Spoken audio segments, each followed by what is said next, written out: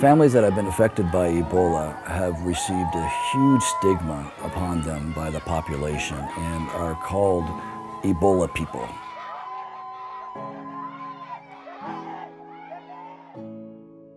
This is Pastor Jeremy, whom Comma Services has been partnering with. Ebola is a disease unlike any other disease that we've ever seen.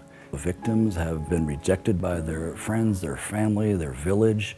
And Pastor Jeremy has taken advantage of this and has brought the good news of Jesus to them by going thousands of miles just to visit people that have been affected, helping out churches, teaching them how to reach out to these people and not be afraid of them. So we have provided him with tools such as a motorcycle so that he can be more effective doing that.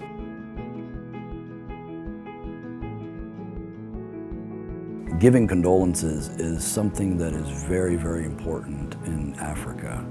And the fact that people have not given condolences to these victims of Ebola, these Ebola people, shows how much Ebola has affected their very culture.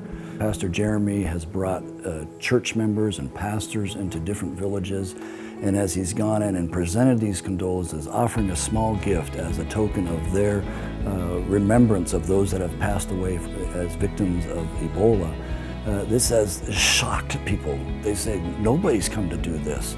The imams, the witch doctors, our fellow villages that are around here, the mosques that are around here, no one, only you, the church has come and given us, and we can't believe it, and we're so appreciative. In the very first village that Ebola appeared in Guinea, 120 people died. Pastor Jeremy was able to go there and meet with the local pastor, and together they went and presented condolences to all of the village leaders. The village chief stood up and was just amazed, saying that I could never imagine that the church would come here after the way we treated them. Because previously the spirit worshipers, which he was the primary one, forced them away from the place that they were worshiping to the outskirts of town. And he said, secondly, no one has ever come and given us condolences. This simple act opened up this village to the gospel of Jesus. In an all-Muslim village, the leader of the mosque stood up and said to Jeremy, you are the 49th group to come visit us. The first 48 didn't say anything to us about what had happened, and it has opened up the whole village to hearing the word of God. One of the pastors that Jeremy trained was able to go to the biggest witch doctor in the village, and she gave her life to Jesus. Her daughter had just died from Ebola, and then a couple of days later, she started contracting the symptoms. She saw everybody going to church, and so she said, I want to go worship.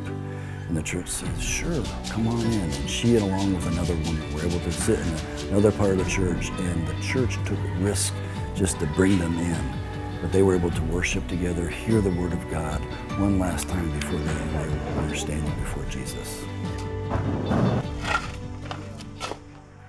In a village where there were no Christians, Pastor Jeremy was able to go in and give condolences. And the widow of the 10 people that had died gave her life to Jesus the next day. In fact, the village chief said, come and tell us about Jesus. We're going to give you a piece of land so that you can build a church here. The Alliance Church of North America has reached across the ocean to partner with the Alliance Church of Guinea. And as they have combated against this horrible plague of Ebola, and seen God move mountains, we ask that you would continue to pray that the evil of Ebola would be undone. Pray that God's kingdom and his glory would shine into this dark place and bring many people to him.